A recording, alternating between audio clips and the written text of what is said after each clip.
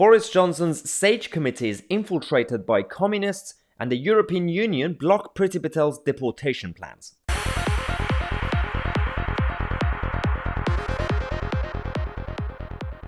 Well, happy Sunday again, everybody. Welcome to the second video of the day. Let's talk about one of the senior members of SAGE, the advisory group that's basically running the country at this point. This is Professor Susan Michie, who is not only is a senior member of SAGE, advising Boris Johnson on how to do lockdowns, but she's also very popular among the media outlets in the country, the mainstream media. So she is a member of the Communist Party in Great Britain for 40 years. She's also a massive Jeremy Corbyn supporter, and she has donated £14,000 to the Labour Party in 2018, and she's also the wife of a former Corbyn advisor, Andrew Murray. Now, this matters. Firstly, she's a communist, and she's also super rich, which is communist. The irony of lefties being against the rich, but they all actually happen to be champagne socialists. Now, Susan Michie matters because, of course, Guido Fawkes actually exposed her, but for being a lefty and being invited to go on mainstream media a lot last year. But it's come out again because all the policies we've seen from the government over the last year or so, especially all the actual draconian measures, is coming from people like Susan Michie as part of SAGE. And she has been very open when she does interviews and when she posts online that she wants maximum measure within society and for longer term, sometimes permanent.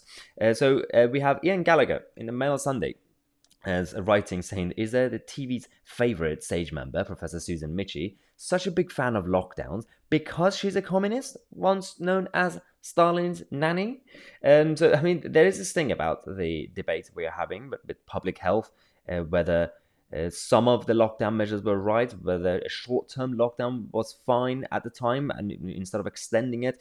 That's a different thing. But we now know that some of the measures, some of the policies at least, were completely crazy and they were counterproductive, didn't work, will never work. Even World Health Organization advisors came out to advise against them. For example, the WHO said that don't have lockdowns, don't use lockdown as a primary solution. Yet governments just ignored them. The WHO also came out against the immunity passports, the domestic ones, yet not really listening to them. But this is the problem that we have when Boris Johnson and Matt Hancock, who are just politicians, and they are so afraid of speaking out their minds because they know that they will be criticized for not being health experts, they just listen to these people. And this is the problem we have. There's absolutely no competition when it comes to ideas and advice when it comes to public health. Now, they're saying that, of course, she's part of this SAGE committee. The problem is that she's also a regular contributor on channels like the BBC or ITV, especially Good Morning Britain. I mean, none of these people, by the way, when she goes on these channels, none of them clarify that she is political. None of them clarify that she's a communist. Now, in this country, and in the West in general, over the last few decades, because we've sort of defeated the Soviet Union at the time, we now accept communists and their ideology. We say, well, it's fine. It's a free society. You could be a communist. The problem is, in the past, we used to treat them as what they were because they want to bring down society. You have to treat them as a rival, at least. But now, they're just not only they could spread their own ideologies, which is fine, it's a free society, they are now influencing government policy. This is one issue that we have, because obviously this article says that only a few of the TV viewers and listeners will realize that Professor Michie is a key member of the Communist Party of Britain and is dedicated to establishing a new socialist order in this country. So this is the one thing, and again, we have a screenshot of one of her interviews on Good Morning Britain. She also advised that their families shouldn't get together. They shouldn't just get together at all for the next while. Even post-lockdown, families should not hang out. This article says that if offered a rare window into the true beliefs of a woman who has been a Communist Party member for more than 40 years, Professor Michie remains at the forefront of the campaign to keep life closed down until the virus has been completely eradicated, which we know is impossible. It doesn't work that way. These airborne viruses, you can't just get rid of it. It's there. You live with it. You get immune to it. And especially now with all the jabs and with all the everything that's been happening, whether you use it or not, immunity is happening anyway. Partly naturally, partly obviously because of the jabs when they work. So this whole argument that we have to basically close down life forever is nonsensical, and we know why they want to do it. Because people like her, they're just control freaks, and they want to have a full control over society. So that's one thing. Also, she's been so radical throughout her career that when she was a professor, they used to, fellow Marxists, search Professor Susan Michie's baby pram for propaganda, according to Peter Hitchens. So they once searched her baby's pram for kind of propaganda and Marxist literature. This is actually fascinating how you would think back in the 60s and 70s and even in the 80s, these figures would never get to the top. But they are. They are running the country at this point. One of the tweets that she sent out was when the new variants were coming out, saying the variants have changed the game. And all these jabs that we are proud of, they're not enough. So we need a global maximum suppression in order to be able to live. What's the point of not living life in order to live your life? It's a weird situation we have, but we are currently living in a world where state control is coming from all sides, and it's been advocated by all sides.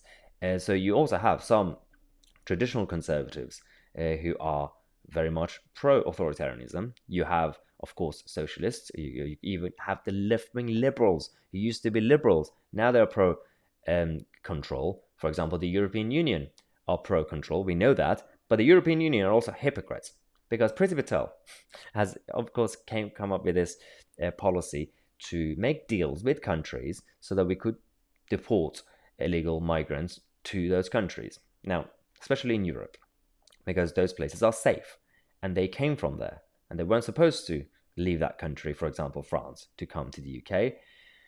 The EU have blocked the idea, so we can't do it now.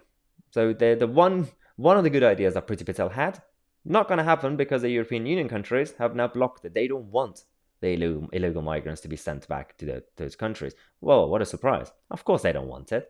They want it to be someone else's problem. And the UK is a good, easy target. So this is the issue that we have. The EU governments have come back to say that Britain can no longer count on European solidarity. Now, if this is some sort of direct attack on this new relationship that we have, I don't know what it is. Because when we left the European Union and we signed the trade deal, we said the future relationship is going to be new. We're going to be allies. We're going to be friends. Let's work together, cooperate. And this is not the first time we've heard things from the European Union, things like you can't count on European solidarity again, or we're not friends anymore. So why are we hanging out with them?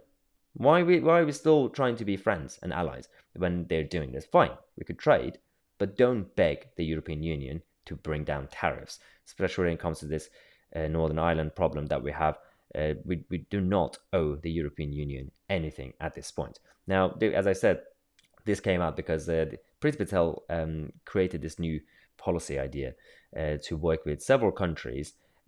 This also included non-EU countries like Turkey and others, but Denmark was part of that list and a number of others as well.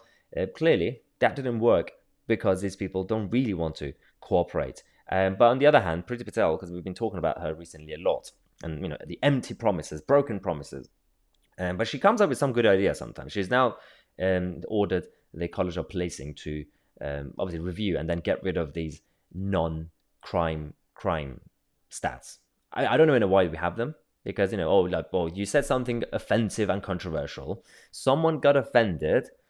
It's not really a crime, it's a non-crime, but it's a hate crime, something. It's weird. So we have this, and the problem with this, and Priti Patel is absolutely right to get rid of this, because they remain in your records and it affects your employment and just whatever you do in society. So if this actually happens, brilliant. Well, I'm just going to wait and see what the College for Policing do in terms of their review, because it's just about time that we have the Home Office being on top of this. And we had one of the sources from the Home Office saying to the Telegraph that these so-called non-crime hate incidents have a chilling effect on free speech and potentially stop people expressing views legally and legitimately. True. If people are found to have done nothing wrong, the police shouldn't punish them. Well, this is common sense, and I have no idea why we had to wait until, what is it now, 2021 to do this?